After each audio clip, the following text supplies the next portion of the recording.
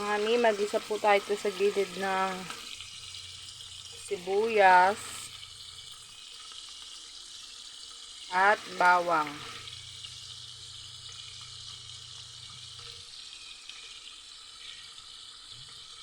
Sabay-sabay na natin yung design mga mi. So mga mima, magluluto po tayo ng adobo sa gata na pusit. Igisa muna natin mga mi.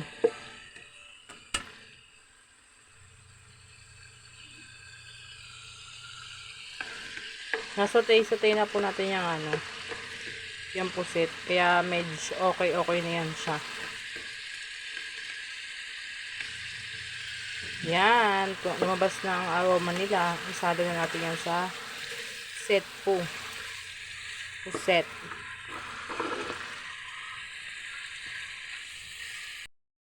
Yan. Naglagay po tayo ng oyster sauce.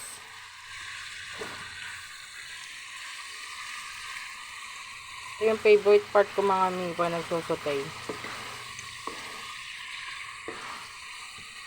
Kaya adobo muna natin siya bago natin siya lalagyan ng gata.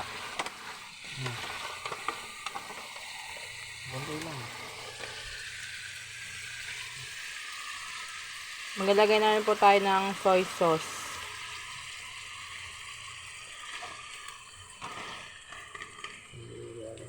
Then vinegar. Mahal ba kumahangin mahal? May kakain na bata. Si Sia, baka di makakain. Sayang lagay mo. Siling green. Yan, luto-luto na siya mga mi. Yan mga mi, natuyuan na siya. Adobong tuyo na siya mga mi. Dahil dyan, huwag natin busin to. ubos mo yan. Lalagay natin ang ating kakamama. Kasi nasasira ito. Hindi yan. Baka nga magata eh. Gusto mo lit-lit lang yan eh. Yan. Halo-haloin na nga dito. Tapos tatakpan natin. Wala yung gulay pa pala. Hindi natin nagisa. Hindi namin nagulay yung... Hindi namin nalagay yung yung string beans. O yan. Para masarap. Lagyan natin ng string beans. String beans ba? Sitaw na lang. Baka magkamali pa tayo ng English. Laki naman sitaw mo. Yummy. Taob na naman kaldero nito sa akin mga mi. Nagmukha ng gatas. Lagyan mo to. Magata pala yung kukumama no. First time ko lang gumamit no. Ano lang. Wait lang, dati nga ilalim to eh, kasi matigas to eh. Lagyan mo nga ng fish sauce. Nilagyan ni ka Joseph ng fish sauce. Takpan na natin mahal yung takip. Bawang ito. Nalagyan niya ng garlic powder. Pakita mo naman yung garlic powder natin.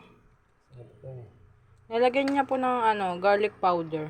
Konti lang matinding garlic yan.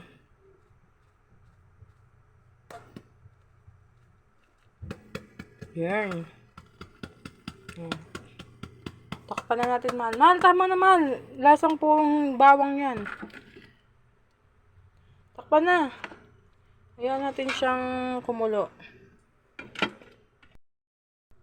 Luto na po ang ating adobong pusit sa gata na may yan, mahal? Sitaw.